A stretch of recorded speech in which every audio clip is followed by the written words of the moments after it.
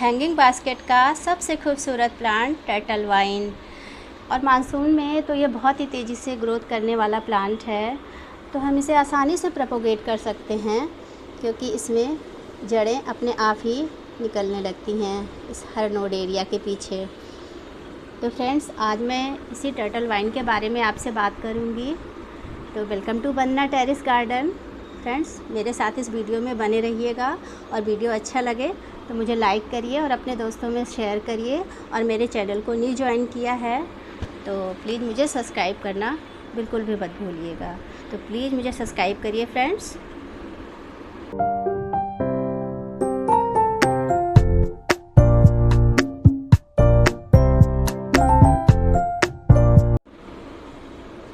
Hanging basket के लिए बहुत ही सुंदर प्लांट होता है फ्रेंड्स।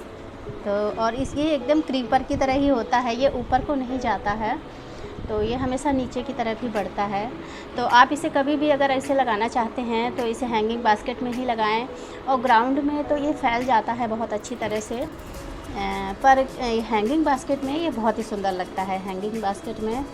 तो फ्रेंड्स, मैं ये कटिंग थोड़ी सी कटिंग किसी फ्रेंड के यहाँ से लेकर के आई थी, छोटी सी, बस इतनी सी कटिंग, और 2-3 कटिंग मैंने ऐसे लगा दी थी इसमें। और 3-4 महीने में देखिए कितना सुंदर ये प्लांट हो गया है और बहुत ही लंबा हो गया है।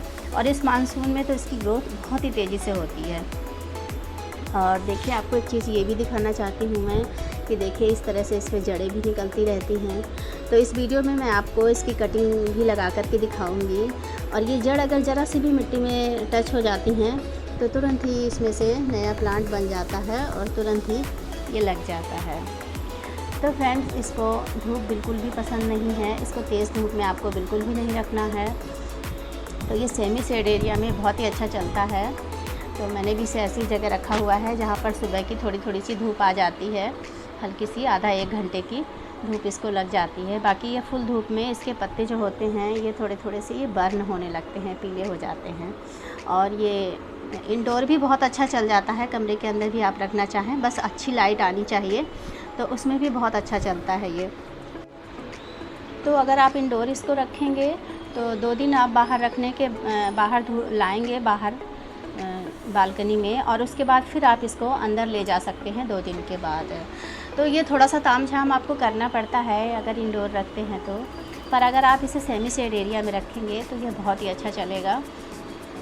उसमें आपको कुछ भी करने की ज़रूरत नहीं है, ना कहीं इधर उधर रखने की ज़रूरत है, बस एक ही जगह पे बहुत ही अच्छा ग्रो करता रहेगा।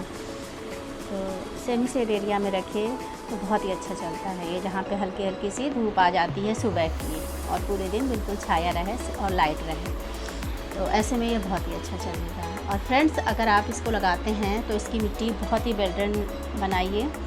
तो जैसा मैं बताती हूँ आपको कि एक हिस्सा गार्डन की मिट्टी, एक हिस्सा रेत और एक हिस्सा कंपोस्ट। तो रेत की जगह आपको इसमें वो लेना है कोकोपीट, इसलिए क्योंकि कोकोपीट में नमी बराबर बनी रहती है और ये मॉइस्चर लवर प्लांट है, तो इसकी मिट्टी बहुत ज़्यादा देर तक सूखी नहीं रहनी चाहिए। और तेज़ धूप में भी जैसे ये डालियाँ होती हैं इसकी, तो ये टूट करके गिर जाती हैं, तो तेज़ धूप से भी इसे बचाना है और ज़्यादा देर मिट्टी सूखने से भी इसकी डालियाँ टूटने लगती हैं, तो उससे भी हमें बचाना है। तो मिट्टी का आपको ध्यान रखना है पानी के लिए कि जैसे अगर आपकी मिट्टी 1 दिन में सूखती है तो आप इसको हर रोज़ पानी दीजिए, और 2 दिन में सूखती है तो आप इसे 2 दिन में पानी दीजिए। जैसे आपको मिट्टी को देख करके, चेक करके ही आपको पानी देना है। जब इसकी मिट्टी सूख जाए, बहुत ज़्यादा देर तक सूखी ना रहे, बस हल्का सा सूख जाए, तो आप इसको तुरंत ही पानी दे दीजिए। तो और इसीलिए इसमें कोकोपीट मिलाना इसलिए ज़रूरी है क्योंकि कोकोपीट जो है इसको नमी बराबर देता रहता है, तो अंदर तक इसकी जड़ें बहुत ही पतली होती हैं, तो उससे इसको नमी मिलती रहती है। नहीं तो इसमें बस यही एक प्रॉब्लम होती है कि जब इसमें पानी की कमी हो जाती है तो ये यहाँ से डाल टूट करके गिर जाती है, और बहुत ज़्यादा पानी भी नहीं देना है। कितने आश्चर्य की बात है ना कि ये गर्मी में ग्रो करता है, पर ये छाया में बहुत ज़्यादा खुश रहता है और इसे पानी भी खूब सारा चाहिए। पानी छाया में रह करके भी इसे पानी की ज़रूरत पड़ती है। और फ्रेंड्स, इसमें बीमारी कोई भी नहीं आती है, और बस इसमें क्या होता है कि स्नेल होती हैं वो इसके पत्तों को खा जाती हैं, तो ये कटे से पत्ते हो जाते हैं।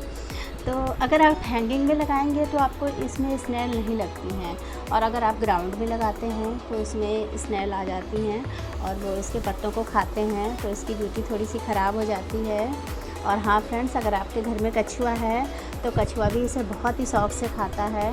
कछुए को ये टर्टल वाइन बहुत पसंद आती है, वो सारी चट कर जाएगा अगर उसके सामने पड़ जाए। तो ग्राउंड में होती है तब ये सब चीज़ होता है। अगर आप हैंगिंग में इसको टांगेंगे तो फिर तो ये कछुए के हाथ में भी नहीं आएगा।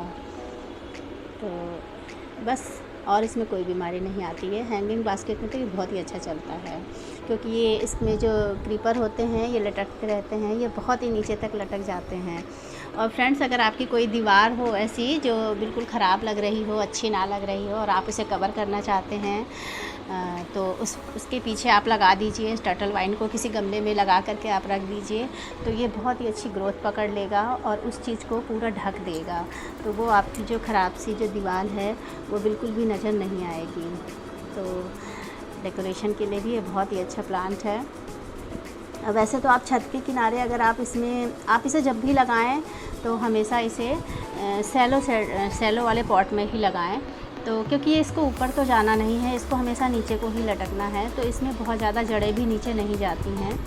तो बस इसी हिसाब से आप पॉट का इसका चुनाव करें, बहुत ज़्यादा गहरे बर्तन में ना लगाएं, और हमेशा जब भी लगाएं तो शैलो पॉट में ही लगाएं। तो इसको हमें नीचे को ही लटकाना है, तो हमें इसी हिसाब से पॉट का चुनाव करना पड़ता है। और फ्रेंड्स, इसके फर्टिलाइज़र के लिए तो आप इसको सूखी खाद कभी भी ना दें, क्योंकि देखिए जैसे ये होता है ना, इसमें ये पूरा ये कवर कर लेता है मिट्टी में, तो आप इसमें कभी भी गुड़ाई भी नहीं कर सकते हैं, और सूखी खाद भी देंगे तो वो ऊपर ही ऊपर जमा रह जाएगी। तो इसको देने के लिए आपको हमेशा लिक्विड खाद का ही उपयोग करना है। तो लिक्विड खाद का मतलब ये है कि जैसे आप वर्मी कंपोस्ट या काऊ डंक वगैरह को आप 2-3 दिन के लिए पानी में भिगो दीजिए, और उसके बाद वही पानी आप इसमें दीजिए, तो उससे ये बहुत ही अच्छा चलता रहेगा। और बहुत ज़्यादा खाद नहीं मांगता है ये, बस आपको साल में 2 या 3 बार, मतलब जब इसका ग्रोथ का टाइम हो, जब ये फरवरी से ग्रोथ करने लगता है, सर्दियों में तो ये डोरमेंसी में रहता है, इसमें ग्रोथ हल्की हल्की सी होती है, बहुत ज़्यादा नहीं होती है। तो जब ये ग्रोथ का इसका टाइम हो तब उस समय आप खाद दीजिए, और सर्दियों में आपको खाद देने की इसकी कोई ज़रूरत नहीं है। तो बस इस तरह से बहुत ही अच्छा चलता रहेगा। तो मैं आपको इसकी थोड़ी सी कटिंग भी लगा करके आपको दिखाती हूँ, इसकी कटिंग कैसे लगाते हैं।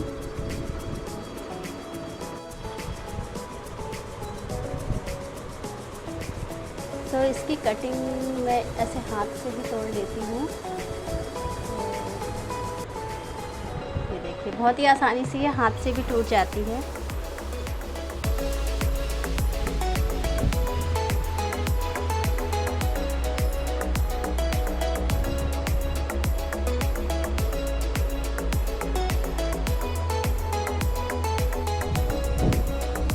तो ये देखिए इतनी सारी कटिंग मैंने तोड़ ली है। ये वैसे भी इतनी लंबी हो गई थी, तो मुझे इसको कट करना ही था, तो मैंने इतनी सारी कट कर ली है। तो अब मैं आपको दिखाती हूँ। ये मैंने मिट्टी ली है, तो मैंने ऐसा देखिए सेलो पॉट लिया हुआ है, तो ये बहुत ही ज़्यादा गहरा नहीं है, बस ये 4 इंच का है नीचे। तो बस इसको मैं लगा करके और रेलिंग की बाउंड्री पे रख दूँगी, तो उसमें से जो ये नीचे से लटकेंगी इसके क्रीपर, तो वो बहुत ही सुंदर लगेंगे दीवार में। तो मैं इसमें आपको लगा के दिखाती हूँ कि इसको कैसे लगाना है।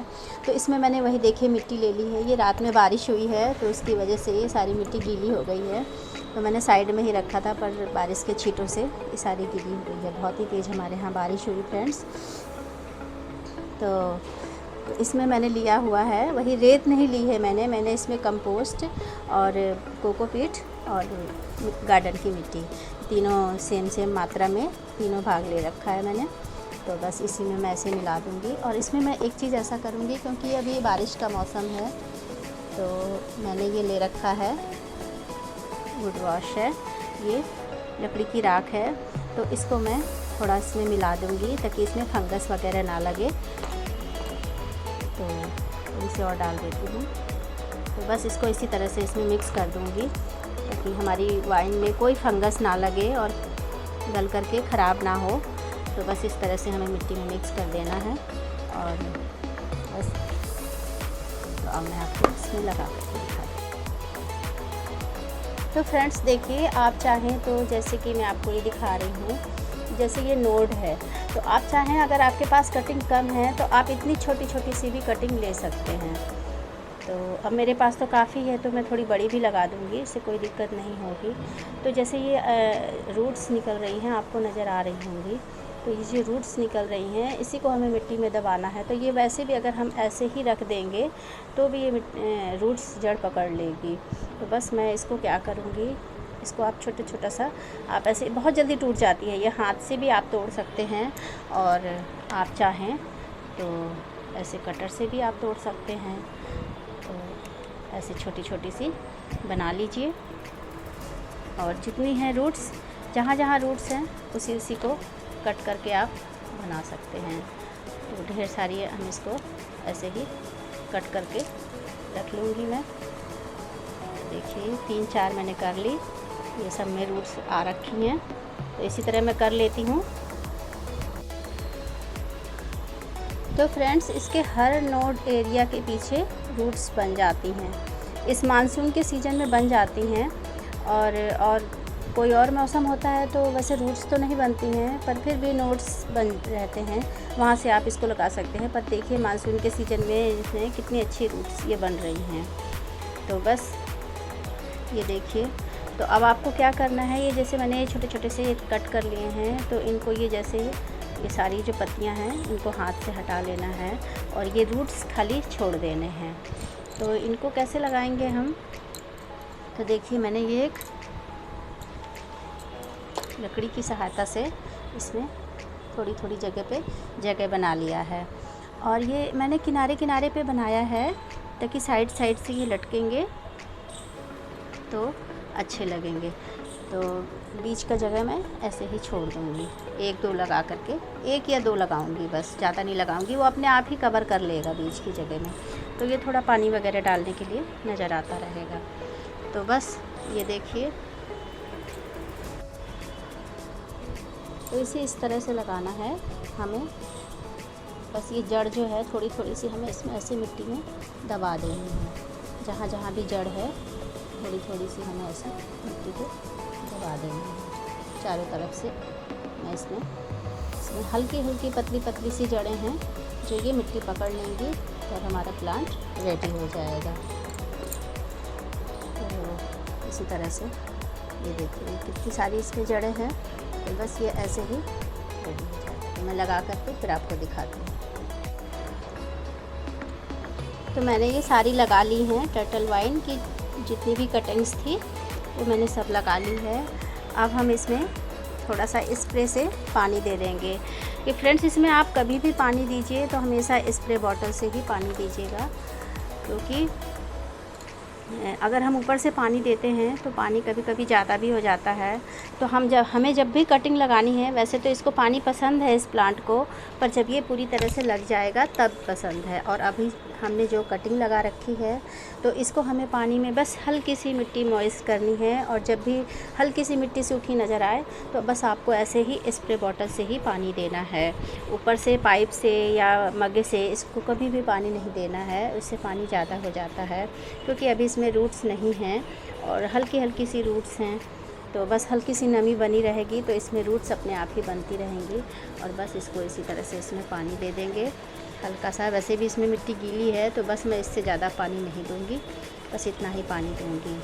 तो क्योंकि बहुत ज़्यादा पानी देंगे तो उससे भी ये गल जाएगी तो ख़राब हो जाएगी। तो बस इसलिए हमको इसी तरह से हल्का हल्का सा ही पानी देना है, ज़्यादा पानी नहीं देना है। और ये हल्का सा मिट्टी में अगर टच भी हो जाती हैं तो भी ये जड़ें लग जाती हैं। मैंने तो फिर भी इसमें थोड़ा सा एक तरीके से लगा दिया है, तो इससे तो ये कंफर्म ही लग जाएगी।